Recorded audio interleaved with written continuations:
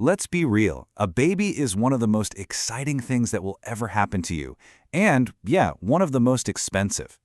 Most parents have absolutely no idea what's coming financially until it's just too late. But here's the really good news. You have 9 months of built-in preparation time that most people honestly just waste. Every week you plan right now can save you thousands in panic spending later. Stick with me, and by the end of this, you'll have the complete financial checklist to be ready before that baby arrives. Okay, first, let's just rip the Band-Aid off and get the big, scary number out of the way. According to recent studies, this is the average cost to raise a child from birth to age 17. And what's truly staggering? That number doesn't even touch the cost of college. Now let's zoom in from that huge number all the way down to day one. Even if you have great employer-sponsored health insurance, this is the average out-of-pocket cost you can expect for just the pregnancy, delivery, and postpartum care. It's really the first of many, many bills to come. Okay, I know, those numbers can be really intimidating, but the goal here isn't to scare you, it's to empower you. That 9-month window is your single greatest financial asset. Seriously, every week you plan now can save you so much stress and money down the road. So let's build that plan together. First things first, we need to get a crystal clear picture of the immediate costs you're facing. To build a solid plan, we can't rely on guesswork. We have to know the specific numbers you're going to be dealing with right from the start. So that average we just saw, it breaks down a little something like this. A C-section, on average, costs about $500 more out of pocket, but here's the crucial point. You need to check your own insurance plan, like today.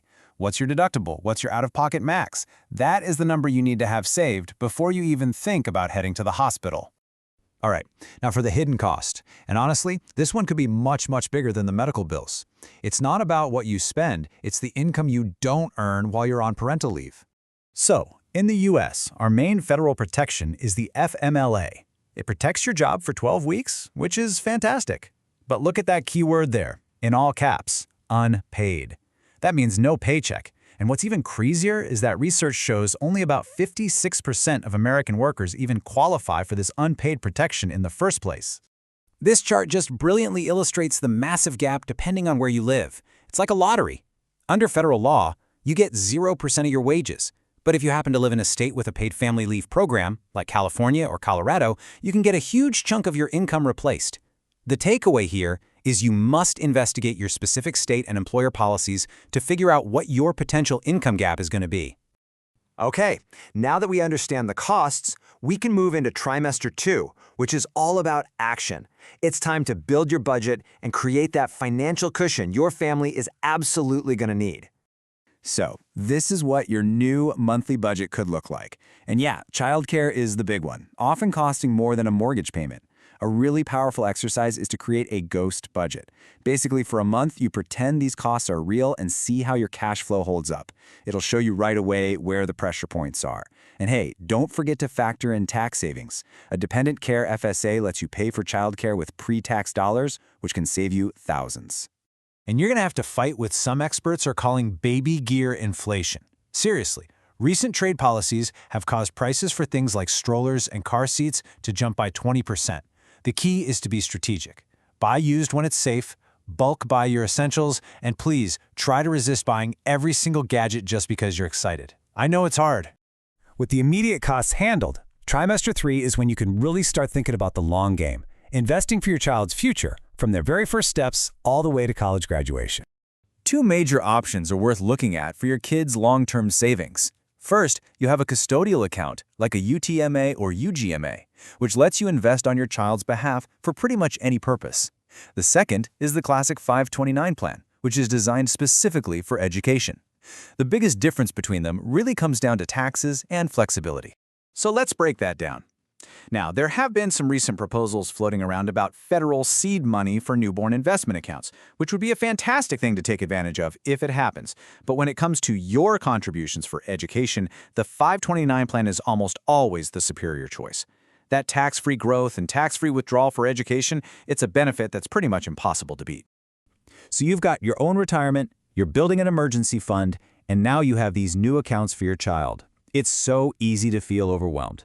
Where should your next dollar actually go? What's the priority? This is the priority order the financial experts recommend. You have to secure your own financial stability first. Number one always is contribute enough to your 401k to get the full employer match. That's free money. You just can't leave it on the table. Then, you secure your family's safety net with an emergency fund. Only after your own retirement is on track should you start aggressively funding your child's accounts. And this is exactly why. This quote just perfectly captures the logic.